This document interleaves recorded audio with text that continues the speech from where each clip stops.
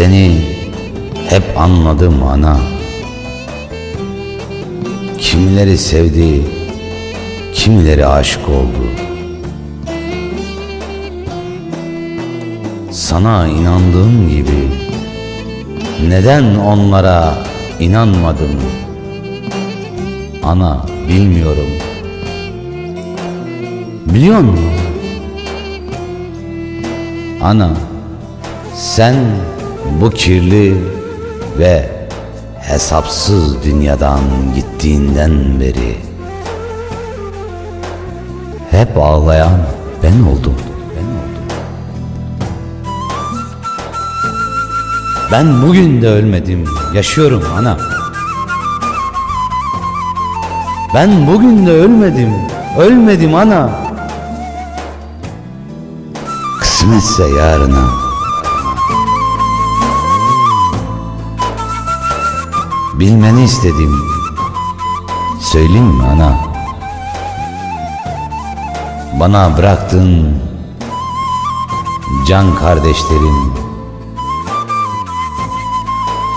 sırtımdaki hançerlerle geleceğim sana ana.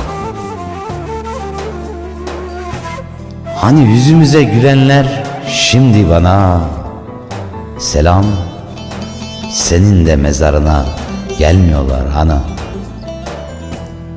Ben bugün de ölmedim, yaşıyorum ana. Yarına kısmetse. Dedim ya ana, ben bugün de ölmedim ana. Kısmetse yarına. Mezarını özlemiştim.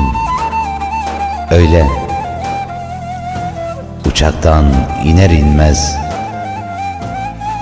koşarak yanına vardım. Gördüğüm manzara beni bir kez daha yıktı. Yıkıldım ana. Silinmiş olan ismini Kısmet Baran olarak tekrar yazdım. Çiçekler ektim toprağına ana.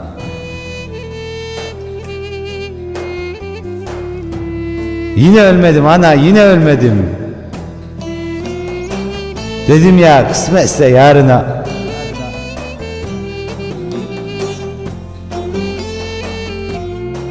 Kurtlar sofrasında yalnız bırakıldım ana.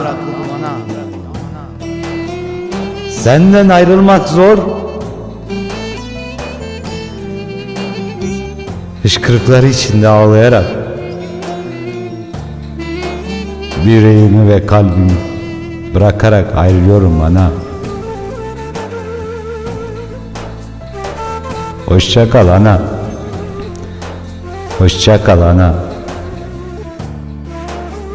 Ben bugün de ölmedim ana, ölmedim, yaşıyorum, ölmedim. Ölmedim ana, ölmedim. Seni çok seviyorum ana.